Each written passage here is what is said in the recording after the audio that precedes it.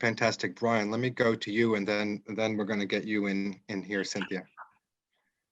Yeah, thanks, Bob. And I'd like to go back to what Nancy was talking about in terms of the scope, right? While our immediate focus was on the core areas related to our supply chain, the scope of our program is constantly evolving. And Smucker recently launched our Thriving Together initiatives, which include an involved set of priorities to strengthen our role in addressing some of the critical issues we face as a society, specifically the quality of the life of people and their pets.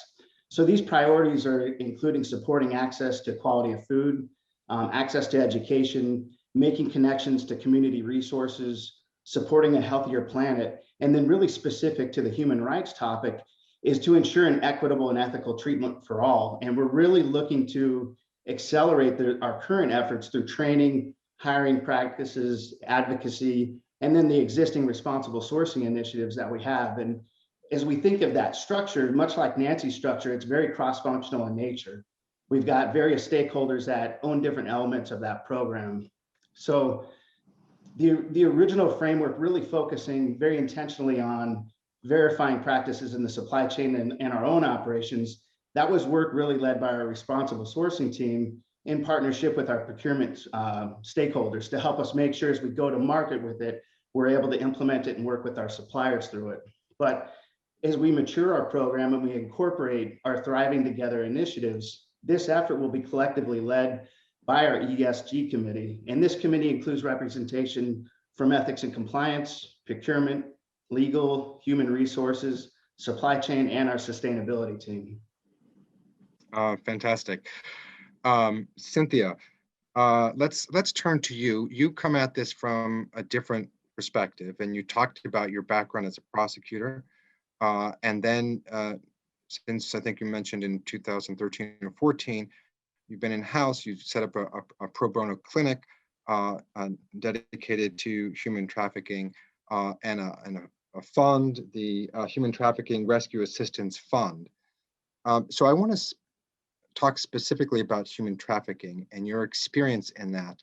And I'm wondering if you could share with the audience perhaps some lesser known items or common misperceptions about human trafficking. Certainly. Third, I'm going to dovetail on the comments just made, because human trafficking is an interesting issue and how compliance programs are actually sometimes initiated for the first time for companies, and also how they are sometimes updated for companies. I think human trafficking and the scope of human rights work and compliance work sometimes can be the impetus of how they even get updated, dusty ones that have sat on the shelf for too long, or otherwise companies that don't really have one or have a robust one at all. And because it is one of the areas that specifically is being enforced right now by the federal government. It's an area that not only there are investigations and prosecutions, but on the corporate side, there are FAR regulations and requirements that corporations and companies now have to meet. If companies are doing business in specific countries or specific states, they're going to have mandated requirements that they have to meet. So those come to a head, and then it raises the larger question of, do we need to have a human trafficking program and policy at our company?